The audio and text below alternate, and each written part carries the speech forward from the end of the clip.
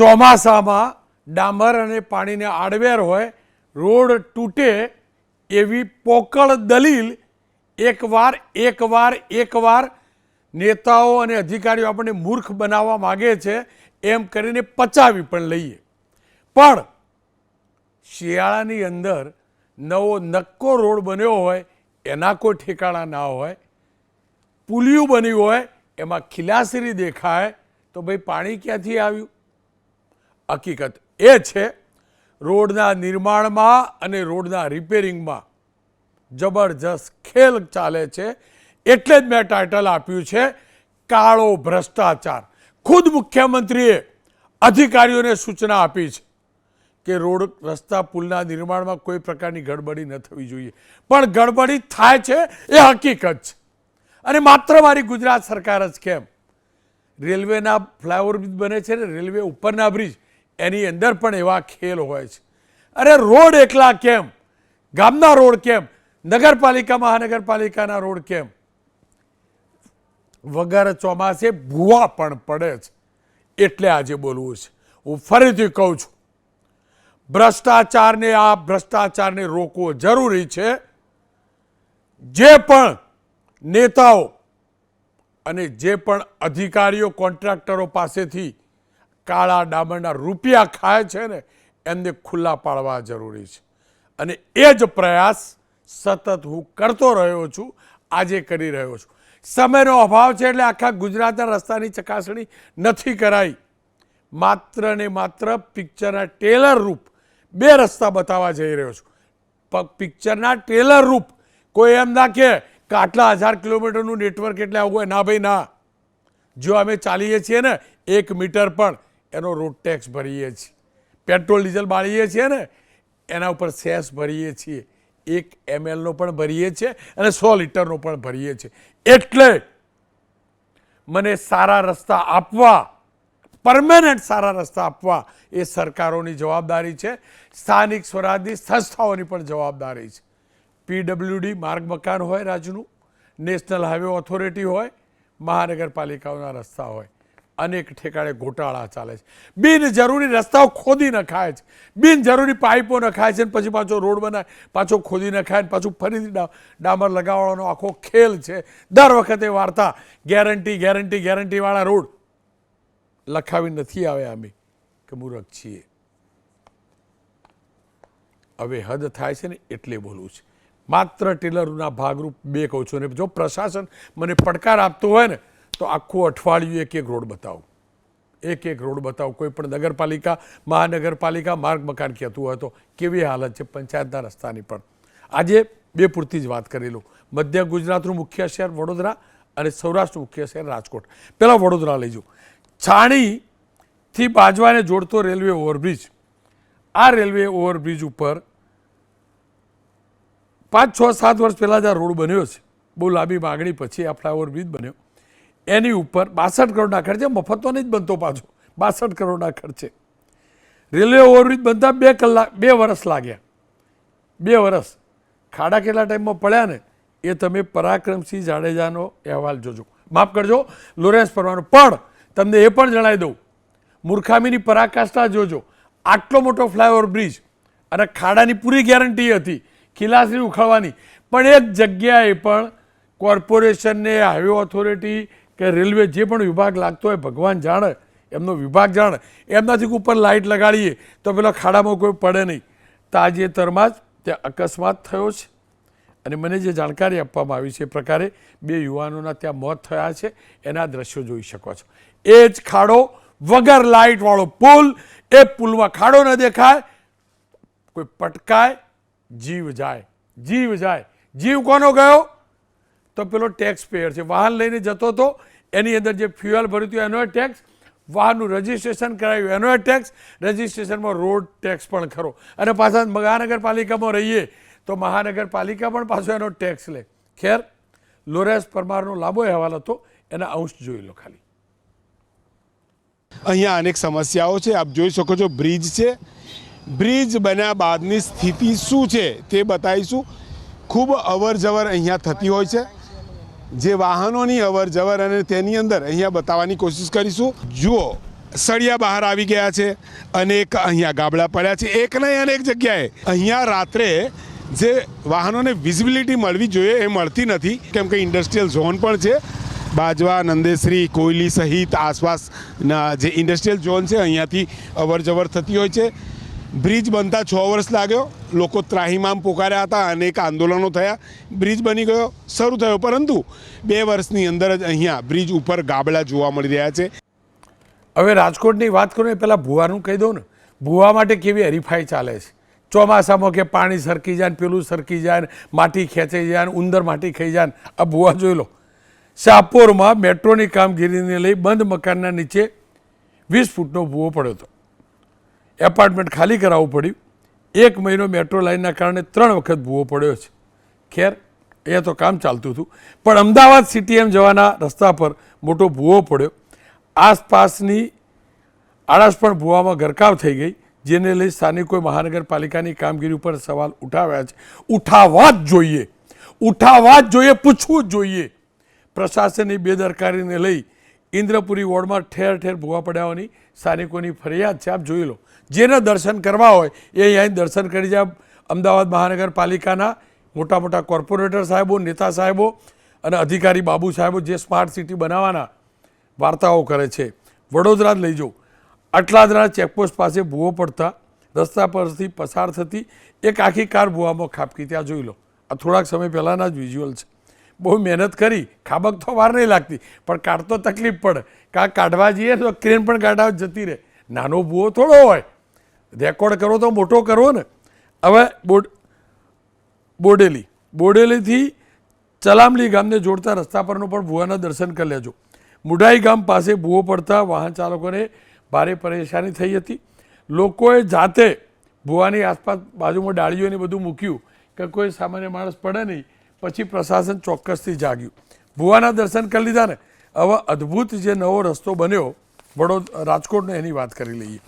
રાજકોટની અંદર હવે રાજકોટ લઈ જાઉં, પણ એ પહેલાં તમને મોરબીના ધારાસભ્યની વાત કરું. રાજકોટ પછી લઈ જાઉં. મોરબીના ધારાસભ્ય અને મંત્રી કાંતિભાઈ અમૃતિયા એ રોડનું નિરીક્ષણ કરવા નીકળ્યા, અને રોડનું નિરીક્ષણ કર્યું તો એ સાહેબે શું જોયું ને એ પણ તો જોઈ લો. એમને શું કહ્યું અપ સાઉન્ડ સાંભળી લેજો. મને ખાબોચી ભરાઈ હાલે જ નહીં, મારે લેવલ જોઈએ આમાં, એટલા ચાંદી જેવો રોડ લાગવો જોઈએ. હા, આવું ન હાલે. બીજી વાર હલાવતા નહીં આવું. ચાલ ઓલી બેગ આમાં ચલાવતો. કાનાભાઈએ કીધું ચાંદી જેવો. કાનાભાઈ, ચાંદીના ભાવ તો કેટલા ઉપર નીચે થાય, અને ચાંદી તો ક્યાં પૂરાઈ જાય, આપણે દાંતમાં પૂરીએ. બહુ મોટું કમાવાવાળા હોય ખિસ્સામાં ભરી કાઢે. એટલે ચાંદી જેવા રોડ ક્યારે નહીં બનવાના. કોઈએ કોઈના ગાલ જેવા રોડ કયા હતા અને કેવા ખળબચડા બને આપણે જાણીએ છીએ. ખેર, મૂળ મુદ્દો રાજકોટનો લઈ લો. રાજકોટના વોર્ડ નંબર 11માં ભીમનગર વિસ્તારમાં રોડના પેચવર્કની કામગીરીનો પર્દાફાશ થયો. રોડ પર ડામર હાથથી ઉખડી જાય એટલો નબળો હતો. ચોમાસામાં દર વર્ષે રોડ તૂટે છે. ખુદ મહાનગરપાલિકાના કમિશનર સાહેબ પોતે ફિલ્ડમાં ઉતર્યા.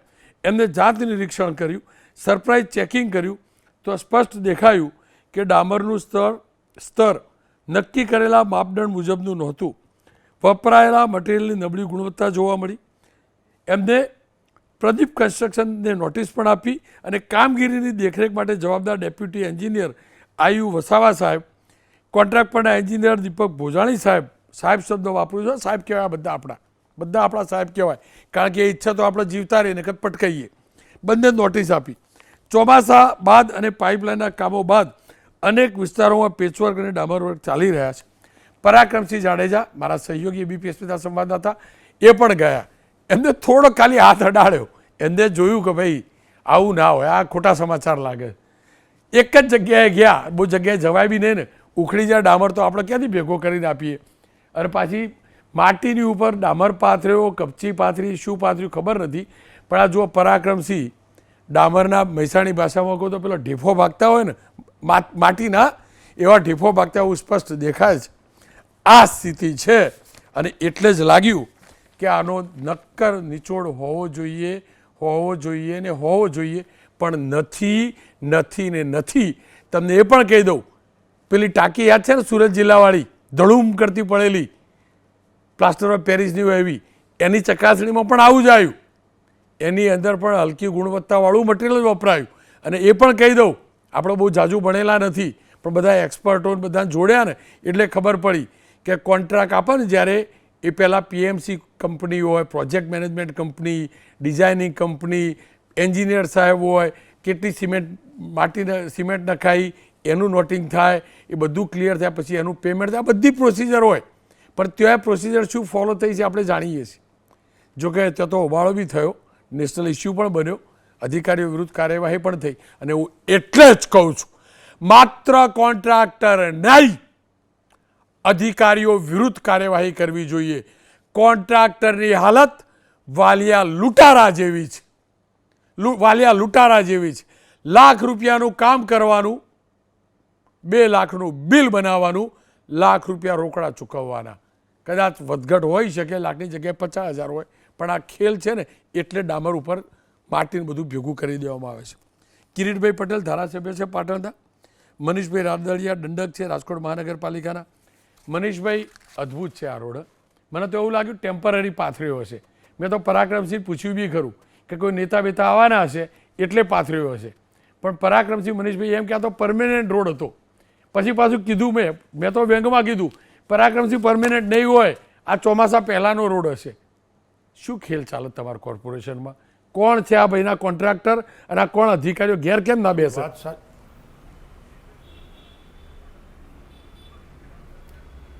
રોનકભાઈ જી, આપની વાત સાચી છે અને મ્યુનિસિપલ કમિશનર પોતે ગ્રાઉન્ડ ઉપર ઉતરીને ગયા. અને બીજું કે રાજકોટમાં આ વખતે વરસાદ ખૂબ ચાલ્યો, રોડ અમે 195 કિલોમીટરના કર્યા છે. આ ક્ષતિ જે છે એ ક્ષતિ એ બિલકુલ બેદરકારીની છે અને બેદરકારી બિલકુલ રોનકભાઈ અમે ચલાવી લેવા માગતાય નથી અને એમાં અમે 0 ટોલરન્સથી કાર્યવાહી કરશું. રોનકભાઈ, તમારા એક શબ્દથી જબરજસ્ત આપત્તિ છે. આ ક્ષતિ નથી, આ ગડબડી છે. ક્ષતિ ભૂલ હોય, ક્ષતિ ગડબડી ના હોઈ શકે. અને આ ગડબડી કરવાવાળા અધિકારીઓને એટલે એમાં જેલ જવાબદારી તો હોય કે ના હોય, કોઈ ઉભો રહેશે ને કરવા વાળાને પણ હા જવાબદારી હોય જ રોનકભાઈ, 100% હોય જવાબદારી.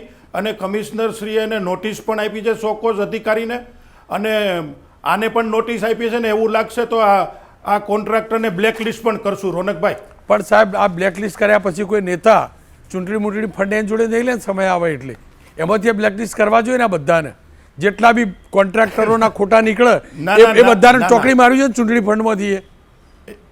બધા તમે એકલા નહીં બધા. બીજું એવું છે રોનકભાઈ, ના પોલિટિકલ વ્હીલ છે અમારી રાજકોટ મહાનગરપાલિકાની રોનકભાઈ, કે અમે 100% આની ઉપર પગલાં લેશું. અને અધિકારીઓ જે કામ ન કરતા અને ડફોડ અને ગડબડી કરે છે અને બેદરકારી જે છે એની, એમાં રોનકભાઈ 100% અમે પગલાં લેશું. ને કોન્ટ્રાક્ટરની પણ કોઈ પણ જાતની બેદરકારી હશે તો એમાં પણ બ્લેકલિસ્ટ સુધીના પગલાં લેવાનું કમિશનરને કીધું છે અમે લોકોએ. મનીષભાઈ જુઓ, આ તો કમિશનર સાહેબ સક્રિય હતા, એ જાતે ગયા જી અને ધ્યાનમાં આવ્યું. બરાબર, આ પાક્કું છે કમિશનર સાહેબ ગયા ને આવ્યું. ન આવ્યું હોત તો હાલ્યા ગયું હોત. જી એ જો બરાબર, તો એનો મતલબ એ થયો કે આ સિસ્ટમ જ ખોટી છે. સિસ્ટમમાં જ્યાં જે ગડબડી છે કે ક્ષતિ છે, મેં તમને કીધું ને કે અમે 0 ટોલરન્સમાં છીએ અને આપના માધ્યમથી આ ધ્યાન ઉપર આવ્યું. તો હવે પછી અમે પણ ગ્રાઉન્ડ ઉપર ઉતરીને પદાધિકારી પણ જાશું. રોનકભાઈ, મને એટલું સાહેબ કહો, આવો ખેલ કેમ ચાલે છે? આ કમિશનો જતા છે, અધિકારીઓના મટીરિયલ આપણા પ્રદેશમાં સારું નહીં મળતું, કારણ શું?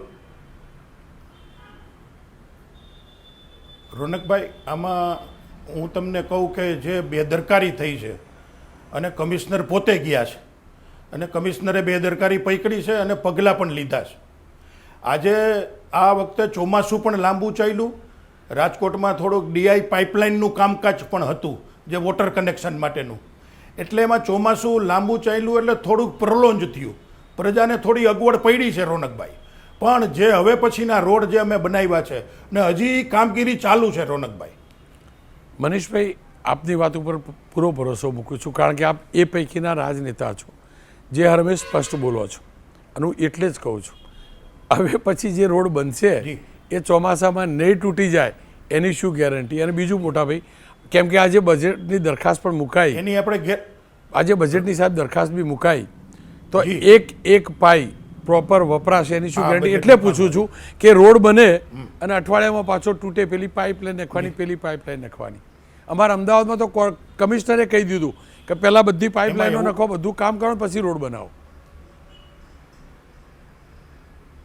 એટલે અમારા કમિશનરે પણ કીધું છે હવે પછી એકદમ કોન્શિયસ છીએ રોનકભાઈ. જે તે એજન્સીઓ હતી એને રોડ બનાવતા પહેલાં કીધું છે, અથવા ફૂટપાથમાં એને કેબલ નાખવું હોય તો એ પણ પહેલાં કીધું છે, પછી બ્લોક નાખ્યા છે રોનકભાઈ. મનીષભાઈ, આપનો ખૂબ ખૂબ આભાર. અને છતાંય ક્યાંય એવું લાગતું હશે કે હજી ધ્યાન બહાર રહી ગયું છે રોનકભાઈ, તો એ 100% એની પૂર્તતા કરી દેશું રોનકભાઈ. મનીષભાઈ, આપનો ખૂબ ખૂબ આભાર, અને આપના શબ્દો ઉપર પાક્કો ભરોસો છે, આપના શબ્દો ઉપર પાક્કો ભરોસો છે કે ક્યાં પણ ગડબડી હશે તો આપ પણ પ્રશાસનના ધ્યાનમાં લાવજો. આપનો ખૂબ ખૂબ આભાર. મારી સાથે કિરીટભાઈ જોડાયા છે. કિરીટભાઈ, આપનું સ્વાગત છે. અદ્ભુત ચમત્કાર છે. આપણે કે પેલી માતર એટલે સુખડી એના ચોસલા પડે, મોહનથાળનો ચોસલો પડે, એવા ડામરના રોડના ચોસલા પડી જાય. તમારા બધાનો ભાગ મળે કે ના મળે? કે એકલા ભાજપવાળાને જ મળે, એકલા અધિકારીઓને જ મળે? બધું ભાગે વેચાતું હશે ને? રોનકભાઈ, કોને કેટલો ભાગ મળે છે તમે સારી રીતે જાણો છો, એટલા માટે કે તમે એક જવાબદાર પત્રકાર છો ને આજે તમને અભિનંદન એટલા માટે આપીશ કે તમે પત્રકારત્વની સાથે સાથે આ મહત્વની સોશિયલ રિસ્પોન્સિબિલિટી એટલે કે સામાજિક જવાબદારી તમે નિભાવી છે. આજે બાંધકામની અંદર સૌથી વધુ જો ભ્રષ્ટાચાર થતો હોય તો R&B, અને રોનકભાઈ એના કરતાં પણ UDCની અંદર જે ભ્રષ્ટાચાર ચાલી રહ્યો છે એ બહુ ખતરનાક છે, અને એના લીધે ઘણા બધા લોકોના જીવ જાય છે. એટલે સૌથી પહેલાં તો હમણાં મનીષભાઈએ કહ્યું કે અમારું વ્હીલ છે, બિલ કંઈ કામ ના કરે. જ્યારે આવી બાબત આવે છે રોનકભાઈ, ત્યારે સરકારના પ્રવક્તા મંત્રી કે ગૃહમંત્રી કે અમે કોઈ ચમરબંધીને છોડવાના નથી, અમે 0 ટોલરન્સની નીતિ રાખીશું. પણ રોનકભાઈ, સૌથી પહેલાં તો આ સિસ્ટમ તમારે સમજવા જેવી છે કે R&Bની અંદર આટલા બધા અધિકારી હોય, આટલો બધો સ્ટાફ હોય, તો મને ખબર નથી પડતી કે એ PMC third party inspection PMC શા માટે રાખવામાં આવે છે? પહેલું તો PMC રાખી અને ભ્રષ્ટાચાર PMC જોડે રહીને કરાવે છે.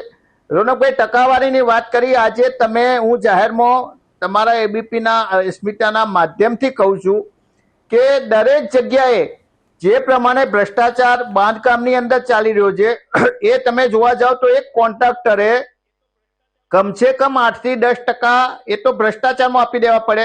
એ પ્રમાણે જે પ્રમાણે ટકાવારી નક્કી થઈ છે રોનકભાઈ દરેક R&Bની ઓફિસની અંદર, એમાં એસો સૌથી પહેલા એસો ને 1% રોનકભાઈ, ડી જે હોય એને 1.5%, એક્સિયન હોય તો એને 0.5% થી 1%, તમારે બિલ ટેન્ડર મંજૂર કરાવવું હોય તો 1%, અને એડિશનલ વર્ક કરાવવું હોય રોનકભાઈ તો 60-40નો રેશિયો આખા ગુજરાતની અંદર ચાલે છે.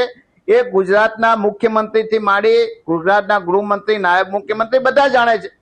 અને સૌથી પહેલા રોનકભાઈ, મને સમજાતું નથી કે આ થર્ડ પાર્ટી ઇન્સ્પેક્શન જ તમે કહ્યું PMC પ્રાઇવેટ મેનેજમેન્ટ કન્સલ્ટન્સી શા માટે રાખવી જોઈએ ભાઈ?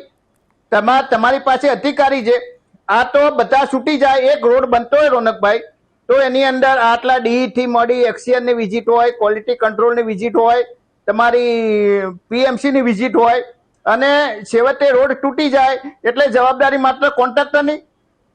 આટલા બધા માણસો અધિકારીઓ હાજર હોય અને રોડ સારો ના બને તો એની પણ જવાબદારી આવી જોઈએ. એટલે જ્યાં સુધી સરકાર જે રીતે બહુ મક્કમતાથી ભ્રષ્ટાચાર દૂર કરવા માટે માત્ર સામાન્ય સજાની જોગવાઈ કે સસ્પેન્ડ કરવાની જોગવાઈ નહીં, તાત્કાલિક સરકારે આ એક પ્રકારની ગંભીર ગુનાહિત બેદરકારી છે. અને જે કોન્ટ્રાક્ટરની સામે જે કાર્યવાહી કરવામાં આવે એ જ કાર્યવાહી એના અધિકારી સામે થવી જોઈએ. અધિકારીઓને જેલમાં પૂરી દો તાત્કાલિક. કોન્ટ્રાક્ટર એટલો શા માટે જવાબદાર? કોન્ટ્રાક્ટર જેટલો જવાબદાર છે એટલો એ અધિકારી છે. એટલે સૌથી પહેલા તો આ બધી સિસ્ટમ સરકારે બંધ કરવી જોઈએ અને સારું ક્વોલિટી ભર્યું કામ થાય એના માટે યોગ્ય કાળજી સરકારે રાખવી જોઈએ. અને તમે કહ્યું એમ કે ચૂંટાયેલા પ્રતિનિધિની પણ જવાબદારી છે. હું રોનકભાઈ નામ નહીં આપું, પરંતુ મારા એક સગાનું રોનકભાઈ કામ ચાલતું હતું પોરબંદરની અંદર. એમનું 310 કરોડ રૂપિયાનું કામ હતું. ત્યાંના સ્થાનિક એક લોકો ત્યાંના ચૂંટાયેલા પ્રતિનિધિએ 5% માંગણી કરી અને એમાંથી 3% એને આપવા પડ્યા. 3% ના છૂટી આપે ત્યાં સુધી એનું કામ શરૂ ના તમારે થાય. anti-corruption-માં અને જોજો, કિરીટભાઈ. સરકારી અધિકારીઓ પણ કિરીટભાઈ, જે આપ તો કોન્ટ્રાક્ટરો કાનૂનવિદ છો. રોનકભાઈ પૈસા આપતા કિરીટભાઈ, નથી. આપ રોનકભાઈ, તો લો જાણો, કાનૂન જાણો છો. તમારે એન્ટી કરપ્શનમાં લઈ જવા જોઈએ જો જાણતા હતા તો. રિશ્વત રોનકભાઈ જુઓ, કોઈ વેપારી માણસો છે ને એ બધા ડરે છે રોનકભાઈ. એમનું કામ લેટ થાય, તમે 20 કે 25 કે 50 કરોડનું કામ થતું હોય એટલે એ તમે કોન્ટ્રાક્ટર તરીકે તમે અધિકારીઓને ટકાવરી ના આપો એટલે રોનકભાઈ એના બિલ લેટ કરે, એ ઝડપી ચેકિંગ ના કરે અને જે જી. કામ 6 મહિનામાં થવાનું હોય 1 વર્ષની અંદર થાય. એટલે એ કોઈ સારા જી, કોન્ટ્રાક્ટરો રોનકભાઈ, સારા વેપારીઓ આ બધા ઝંઝટમાં પડવા માંગતા નથી. સરકારે સ્પષ્ટ કરવું જોઈએ કે જો આવી ગેરરીતિ પકડાશે તો કોન્ટ્રાક્ટરની સાથે સાથે અધિકારી પણ એટલો જવાબદાર બિલકુલ. બનશે તો જ રોનકભાઈ આ ભ્રષ્ટાચાર અટકશે. અને એની સમય મર્યાદા નક્કી કરવી જોઈએ કે તપાસ થાય. જી, કોઈ પણ ભ્રષ્ટાચારની અરજી મળી તો એની અંદર સમય બિલકુલ, મર્યાદા 2 કે 3 મહિનાની અંદર એની તપાસ થવી જોઈએ. અને જી. સ્પેશિયલ કોર્ટો આટલી બધી બનાવશો તમે તો આવી ભ્રષ્ટાચાર માટેની એક કોર્ટ બનાવો, તાત્કાલિક તપાસ જી, થાય જી. અને 1 મહિનાની અંદર એની તપાસ પૂરી થાય, 6 મહિનાની અંદર કેસ ચાલે અને જે જવાબદારીની સામે કાર્યવાહી થાય. જી કિરીટભાઈ, આપનો આ ખૂબ તો 5 10 સુધી તપાસ પે તપાસ થાય રોનકભાઈ. અને 10 વર્ષે સસ્પેન્ડ થયેલો અધિકારી 10 વર્ષે પાછો આવે અને 10 જી. વર્ષના તપાસને અંતે કઈ ના મળે બિલકુલ, કિરીટભાઈ. અને પાણીનું પાણી અને જે જી, શું જી. કહેવાય દૂધનું દૂધ ને પાણીનું પાણી થાય કે ના થાય. ખેર, આપનો ખૂબ ખૂબ આભાર. આપ અદ્ભુત ગણિત જાણો છો. હું પણ એ પણ સ્પષ્ટતા કરી દઉં. આ જે રાજકોટવાળો હતો એ મહાનગરપાલિકાનો રોડ હતો. એ પણ હકીકત છે. અનેક પ્રમાણિક અધિકારીઓ છે એટલે અનેક રોડ સારા બન્યા પણ છે. પણ જે ખોટા રોડ બને છે, જે તૂટી જાય છે, એમાં તો ચોક્કસથી અધિકારીઓને જવાબદેહી સોંપવી જ જોઈએ. મક્કમને સોંપવી જોઈએ, જવાબદાર ઠેરવવા જોઈએ. અને પેલા માટીના ઢેફો ભાગતા હોય, અમારા રૂપિયાથી બને રોડ ઢેફો ભાગવા માટે નહીં બનતો. હું ફરીથી કહું છું, એકલો કોન્ટ્રાક્ટર નહીં, અધિકારીઓને એમની સાથે સાથે સ્થાનિક નેતાઓ જે પેલા મુખ્ય કોન્ટ્રાક્ટરની પેટા એમના લાગતા વળગતાના કામ અપાવે છે કે તારે કોકરી અહીંથી લેવાની, કપચી અહીંથી લેવાની, માટી અહીંથી લેવાની, સિમેન્ટ અહીંથી લેવાનું, એ પણ એટલા જ જવાબદાર છે. એટલે હાલત છે. આ નરી હકીકત જ છે. કોણ કેટલા રૂપિયા લે, કોણ ના લે એવું નથી જાણતો, પણ ખેલ ચાલે છે, હકીકત છે. એટલે જ મેં આ નામ આપ્યું છે કાળો ભ્રષ્ટાચાર. ડામરનો ભ્રષ્ટાચાર. નથી જાણતો કે ભ્રષ્ટાચાર કાળો ડામર એના ઘરમાં પચતો હશે કે નહીં. અહીંયા કદાચ હિસાબ નહીં થાય એ અધિકારીનો, તો ઉપર તો હિસાબ થવાનો.